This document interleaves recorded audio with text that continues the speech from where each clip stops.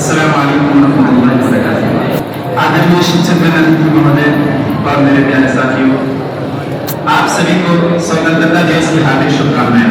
आज 15 अगस्त का दिन हम सभी भारतीयों के लिए अत्यंत गर्व और खुशी का दिन है। 15 अगस्त 1947 को हमारा देश अंग्रेजों की पराधीनता से मुक्त हुआ था।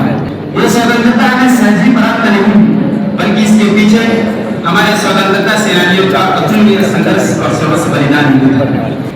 जब हम स्वाधीनता संग्राम के इतिहास का अवलोकन करते हैं तो उसमें मुस्लिम स्वतंत्रता सेनानियों का योगदान स्वर्णिम अक्षरों में अंकित होता है। 1857 के प्रथम स्वतंत्रता संग्राम से लेकर 1947 तक हर पर मुस्लिम राष्ट्रभक्तों ने अपने प्राणों की आहुति देकर मातृभूमि की रक्षा की।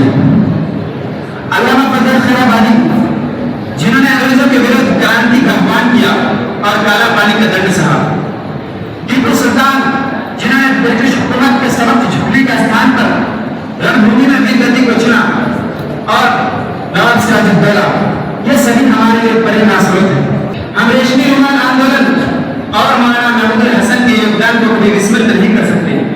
हम अशफाकुल्लाह खान के बलिदान को कैसे भूल सकते हैं, जिन्होंने टोकरी कान में मुस्कुराते हुए फांसी के फंदे को चूम लिया था।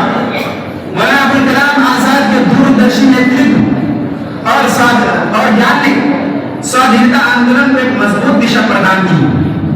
इसके अतिरिक्त मौलाना मोहम्मद अली जौहर, शौकत अली, बी अम्मा, अब्दुल गफ्फार खान, नवाब खान, बहादुर खान और हकीम अजमल खान जैसे अनगिनत मुस्लिम स्वतंत्रता सेनानियों ने देश की वेदी पर अपना सब कुछ न्यौछावर कर दिया।